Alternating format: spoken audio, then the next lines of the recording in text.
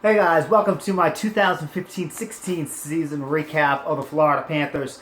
And how I'm going to do this is I'm going to do 3 good things I thought happened during the Florida Panthers season and the 3 bad things, with one special good thing in the end. So let's go ahead and dive right into this. I'm going to go into the bad first, get that out of the way. And the first one I thought was not great for the Florida Panthers was the special team. 23rd on the power play, 24th on the penalty kill. Now, it didn't really kill us during the regular season, as we all saw, but during the playoffs, it really killed us. We just could not get anything going on the power play. Penalty kill did not come up big when it needed to, and I think that really hurt our chances in advancing to that second round. So the power play and the penalty kill really needs to get better if we're going to get that second step to advance to the next round next season when we make the playoffs. Definitely, I think, in my personal opinion, we've got to be in the top 15 in both categories in order to have a successful special teams next year. So we'll see what happens with that one. Second thing was definitely the injuries. A lot of concussions that were suffered. Bukestad had one. I know Ekblad and just a ton of players just had concussions this season, which really sucked. Really affected some of the play later on in the season when we lost all those guys in that timetable. Then we had the block shot injuries that happened. McKenzie was out. I think even, if I remember correctly, I think even Barkov was out with block shot injury. So it just sucked, but we came through it, thankfully. And hopefully next year we don't have too big of an injury. Again, it wasn't like catastrophic. It's not like we lost the guys for like 20-odd games or anything like that. So we persevered and did well for that. Now, the number one thing I kind of thought was really disappointing for this season was definitely Boland. David Boland, November, he got sent down the AHL and then went out with a injury and never played again for us this season. But lo and behold, look how well we did with him out of the lineup. So it's going to be interesting to see what happens with him. Really, thought he could have been an impact player. And honestly, I would have liked to seen what would have happened if we had him for the playoffs. If we had inserted him into the lineup for the playoffs, could he have made a difference? Could have maybe rejuvenated him? We never know.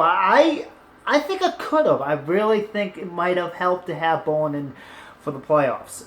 But unfortunately, it didn't happen. So it's going to be interesting to see what the Cats do this offseason. They're going to buy him out.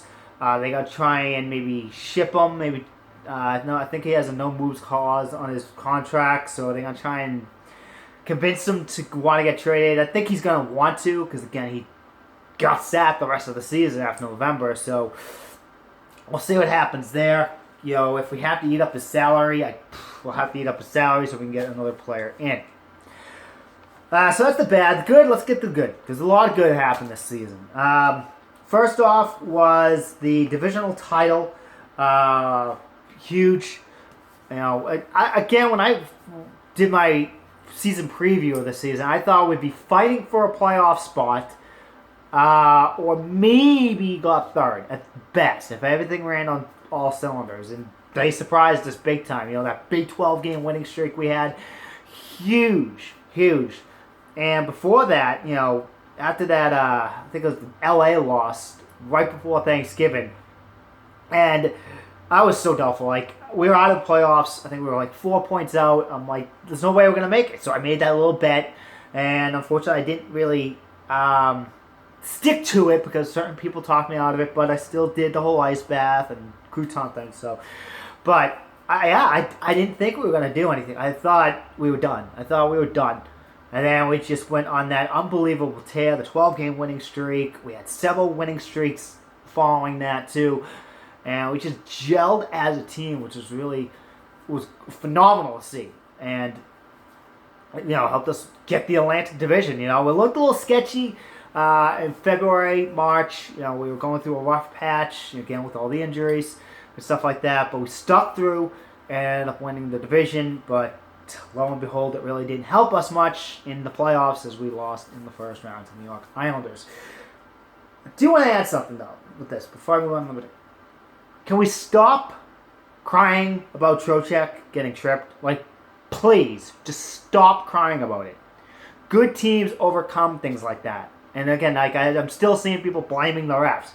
Head the hell over it, guys. Again, your power play, your special teams don't do anything in the playoffs. You're not going to get anywhere. So, I'm done talking about that. But anyways, I digress. So, number 2 is, again, the 12-game winning streak. Like I just mentioned before, really brought us unbelievable. I've never witnessed anything like that. The Panthers, obviously, with the biggest winning streak we had was like 7 games. And we just won games that we had no business on winning. Big opponents too. The Rangers we beat. We beat the Canadians. I believe we had Tampa Bay we beat in that winning streak. So, awesome to see them come all together. So obviously then the number 1 big thing definitely was the scoring and the goaltending. We had 6 players with 50 points, 5 with 20 goals. Goals for, we were 6th in the league with 237. And then in the defense department, 6th in the league with 203 goals against. Everything came out perfect for us in those categories. Again, just spread out scoring. 4 lines rolling. We have 4 lines rolling, and that's what led to such a successful season for the Florida Panthers. You don't have those 4 lines, you could still somewhat succeed, but I love rolling 4 lines, and we could be able to do that. When the first line can't pick it up, our second or third or fourth line were picking it up. McKenzie on the 4th line was unbelievable. And that's what you need to succeed. We have that, and we're going to continue to have that for many, many years to come. So it's really exciting to see. Again, a disappointing end to the season for the Cats, losing to the Islanders in 6 games, a series. Again, I thought we should have won, but again, it just did not happen. So finally, the one last good thing of this season, obviously, I cannot not mention this, was Spacey in Space. Awesome little team camaraderie thing. Thornton came up with it. The player of the game, in their opinion, they voted on, got the Spacey in Space hoodie, and which is really cool. A little cool thing with the Cats and the fans that they had. They had the sweatshirts. Obviously, I bought one. So it was pretty cool. It is retired, though, so will not be back next season, as Thornton did officially retire it earlier in the year. I think like a couple days after the season ended for the Cats. So, but obviously, I'll still be wearing my Spacey in Space hoodie. It's a really cool thing.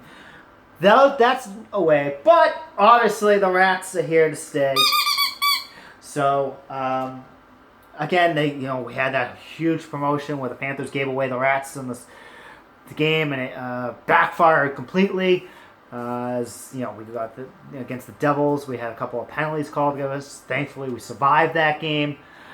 So hopefully they don't do anything like that crazy again. So, but all right, that's my recap, guys. What do you think? What is your top moments of the season? What's your least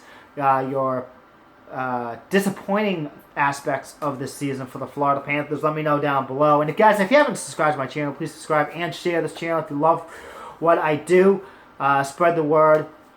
Again, I love doing these videos, and they're going to keep coming. Me and the wife actually, I think, have decided we're going to stay where we're at this for next year. So this will be it for this. This will be the background. I'm going to probably spruce it up a bit, but I will be doing them here next season as well. So looking forward to that. I do have a couple more videos. I'm going to come up with another video after this video. Panthers changed up the mix-up in the front office and stuff like that. I will be speaking about that in my next video coming up later today.